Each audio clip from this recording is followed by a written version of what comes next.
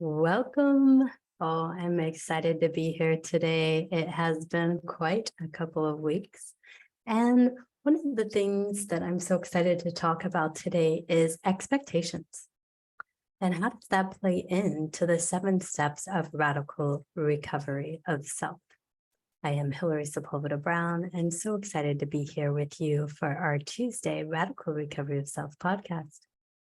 So, as always, I'd like to start our podcast with just a quick spiritual mind treatment to remind us of the divinity within. So, with me right now, if you'd like to just rub your hands together, creating that energy of over 20,000 nerve endings in your palm, placing your hand over your heart, closing your eyes, finding that nice erect and straight spine. It is in the here and now that I recognize the oneness of the creation of myself with all things divine, including you. It is in that recognition that I identify our authentic individuality, knowing that each of us, myself included, have a unique divine expression. And I declare that all receive this right here and right now simply by saying thank you as I release this into the universe as law, as done with gratitude. Gratitude is together we declare, and so it is.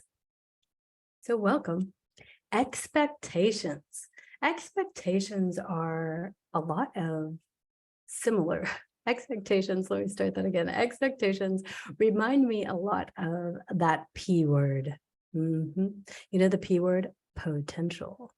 Well, expectations are much like that. And we have to take responsibility for projecting those expectations on others.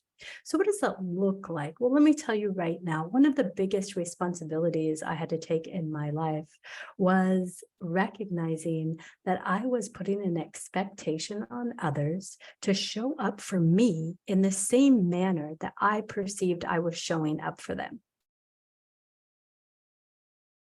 Did you hear that? One of the greatest responsibilities I had to take was placing expectations on others to show up for me and how I had showed up for them, or at least how I perceived I had been showing up for them. This is a touchy subject for many because oftentimes we think, okay, well, I'm just holding them to the same standard. However, we are all different. We all have different things going on in our lives. We all have different perceptions and experiences from what we've created, both from our DNA or epigenetic lineage, as well as from the lineage within ourselves that we've created in this life. So what exactly does that have to do with expectation? Well, what if you are sick, right? I've been going through some health creations of my own of late, and oftentimes we can run into our mind of expecting our friends or our family to show up in the same way we chose to show up for them through their illnesses. Well, I'm here to tell you right now, that's what we're talking about. We have to take the responsibility of choice, right? We choose to show up in a certain manner or to not to. And so when we take a radical responsibility, what we're really recognizing is that we have a choice. We have a choice in how we speak, in how we act, and in how we show up for others, and in how we show up for ourselves. On the flip side of that, we can often get caught up in what we expect others to do and how they show up, when in truth is we cannot choose someone else's actions or inactions for them. This is the freedom of choice. And that is how we take radical responsibility. So in short, we have to look at forgiving ourselves for expecting others to show up in the same manner we would show up for ourselves. What does that look like? Well, it looks like forgiving others and forgiving ourselves for expecting others to be different than who they are, and understanding there is a mere creative process. Each person creates that life through their divine expression within, whether that's formed from their individual experiences, which is the effect, not the cause, right? Or whether that is defined from previous trauma, genetic trauma, this can happen. This is what happens. So when we look at that, we simply need to forgive ourselves for thinking that we can make a choice or expect another person to be different than what they are. How many times have you been asked a question and when you give the answer, someone judges or perceives your answer in a different way? I'm sure everybody has experienced that to one level or another. How many times have you asked a question and when you didn't get the answer you were hoping for, you projected that their answer was wrong or spent time to try to convince them to think like you? These are the expectations that I'm talking about.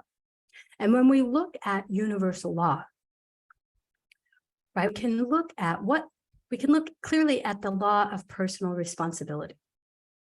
Right? It's the guiding principle in the search for the root of your obstructions. What is holding you back? Right? Contemplating the fulfillment or the lack of it in your life gives you a blueprint of the areas and an inner corresponding attitude that's responsible for either. Right? When we look at what's holding us back, it can often be trying to convince somebody else to think or be in the same manner we expect them to be. When we permit our mind to blame outside what's truly taking place and caused from inside, that's the expectation. When we place the blame, right, radical responsibility is stopping the blame, shame, and guilt game. And when we put that outside of ourselves, we're denying the recognition that we are the cause. So each time we permit our mind to put the responsibility or blame to any experience in our life or anything outside of ourselves, we establish a law of denial. And we begin to walk on the destiny of that denial to serve that judgment. Right? It's in recognizing this, the law of personal responsibility, that we stop gaslighting ourselves in that expectation, right? Because we don't know what we don't know. And to put the expectation on someone else to be or not be or say or don't say a certain thing, we're looking at projecting that law of denial versus embodying the law of personal responsibility. So we have to look at forgiving ourselves. Right? We have to stop gaslighting ourselves. We often talk about taking the high road, let bygones be bygones, turn the other cheek. It's not so much about that. And I'm not saying that's incorrect or that we don't need to do that. But what we have to do is take that law of personal responsibility, understanding the freedom of choice of each individual, and stopping the responsibility of others, or expecting them to be responsible in a manner we deem appropriate. Spiritually, you need to acknowledge the need, nay, the privilege to forgive yourself for this. This is beyond important. This is beyond important. Where have you forgiven others around expectations they've placed upon you, but you have yet to forgive yourself around placing expectations upon them? Right? When you gaslight yourself, you really are programming your subconscious mind in believing of your unworthiness, right? You're not worthy of forgiving yourself because you're not recognizing the responsibility or the choice that you've expected others to behave in a manner how you behave or otherwise. And it's not always expecting them to show up in the way you show up for them. Oftentimes we can put expectations for someone to be in the negative, or we can take their words or their actions and project our own thoughts, our own trauma, our own drama upon those people.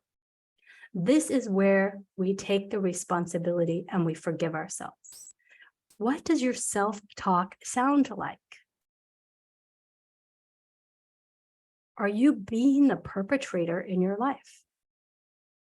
Are you emotionally and spiritually abusing yourself through your self-talk? This happens so often. I want you to each ask yourselves, and you're going to hear me talk about this more next week. What and how do you speak to yourself? Would you speak that way to your child, to your parents, to your partner, to a friend, to a stranger? Take the responsibility of recognizing and forgiving yourself for the expectation. Do you expect others to let you down? If they heard how you speak to yourself in your mind, would they define it as abusive, enabling, or uplifting? These are all very important questions to ask when we're looking at the expectations. When we look at our expectations of others, what we really need to do is take the time and the radical responsibility of self, of looking inside of ourselves, take the personal law of the law of personal responsibility, and understand it's the freedom of choice. Are you placing the expectations you wish and want for yourself on another? Are you projecting the expectations in a negative way on another? Perhaps those expectations are just relating to you. We often have to look that when we're putting expectations, we're saying to ourselves and to others that they're not good enough where they are right now in this moment. It sets yourself up for disappointment. Don't get me wrong. I'm not saying don't set goals or don't expect you to finish something that you've started. This is not what we're talking about. We're talking about the freedom of choice, the freedom of radical responsibility and radical self-forgiveness. When we choose this through the law of personal responsibility, we are choosing the privilege to expect within ourselves to be content, to be in our highest divine mind, aligning in consciousness. Perhaps you expect to work out 7 days a week. I do. And then illness may happen, dis-ease, right? Out of alignment. Do you choose to feel guilty, feel down, feel depressed because you expected to work out and now you have to make a choice to rest? Or do you put that expectation and damage your body even further and become more dis-eased or out of alignment within your physical self, rather than the compassion and the knowing of truth? That you are perfectly aligned. Because anytime we blame or put that outside of ourselves, we are giving away our choice or our freedom of choice. So we have to take that expectation and turn it into the law of personal responsibility, radical responsibility of self, stopping the blame, shame, and guilt game. So I ask you once again, what expectations are you placing upon others? What expectations are you placing upon yourself? Are you placing them in unconditional love? Because as I said, one of the greatest things I had to take responsibility for was expecting others to show up in life for me the same way I felt I was showing up for them. Do you do this? I encourage you to write down all of the areas that you have placed your expectation outside of yourself and forgive yourself for what you didn't know now. Take the time to bring the choice back to yourself, to understand you are already complete, just as you are. Set the goals to strive further, to be higher, to be aligned with the consciousness of self, so that you too can move forward without placing your choice and freedom outside of yourself. Radically reclaim your freedom of choice through forgiveness and taking that radical responsibility for self now. Let's get radical together. Thank you so much for listening to today's podcast. I know it was short and sweet. I have gone through some personal dis-ease myself these last few weeks, so I'm keeping it short, but stay tuned. We have some amazing interviews coming up with some very well-known people that we'll be releasing. Feel free to share. I look forward to seeing you all very soon, and let's get radical, yo.